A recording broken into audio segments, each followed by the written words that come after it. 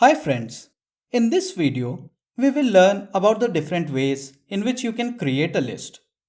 But before we begin, you might be wondering what exactly is a list. To answer it, list is one of the most common and widely used collection type in Python. It stores an ordered group of objects which might have some logical relation. As compared to arrays available in traditional programming languages, objects in a list can be of any data type. This makes it very versatile for handling real life data, which is often not type bound. To demonstrate it better, let us consider a list represented by a horse, cat, panda, and a squirrel standing in this order. You can witness a logical relation between them, as they are all animals.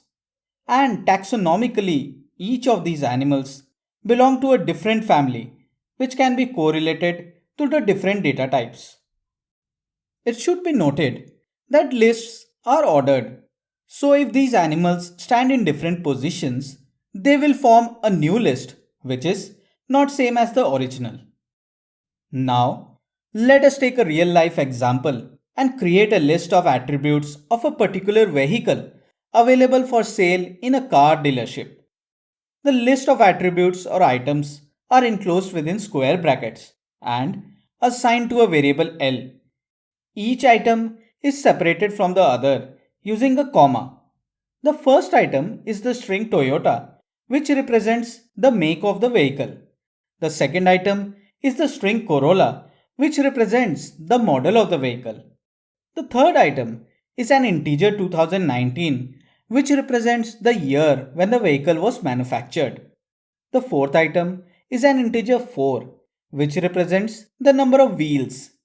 The fifth item is the string silver, which represents the color of the vehicle.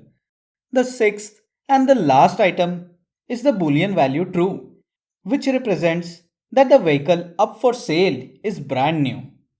Logically, this list conveys that there is a brand new four-wheeler 2019 silver Toyota Corolla up for sale.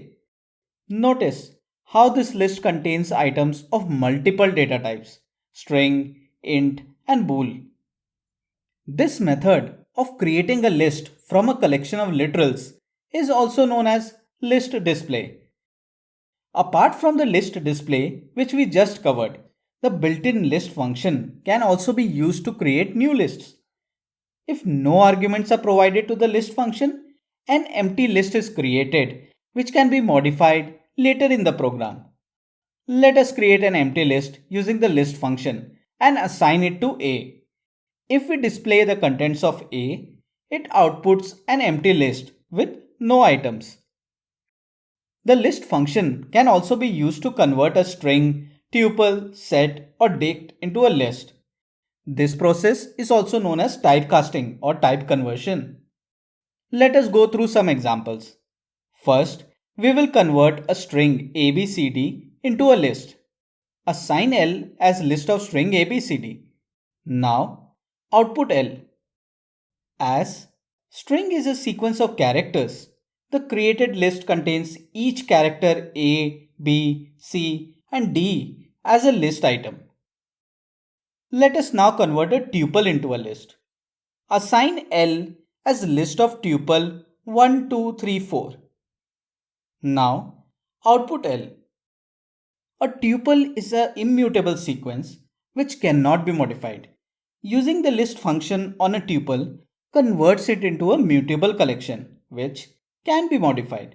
Therefore, we get a list containing items 1, 2, 3, and 4. Similarly, we can convert a set containing elements 1, 2, and 3 into a list containing items 1, 2, and 3. When a dictionary is passed as an argument to the list function, it creates a list containing the keys of the dictionary. For example, let us take a dictionary 1 is to string A, comma 2 is to string B, and pass it as an argument to the list function. The list is created and assigned to variable L. Now, output L. The output list contains items 1 and 2. that were the keys of the original dictionary.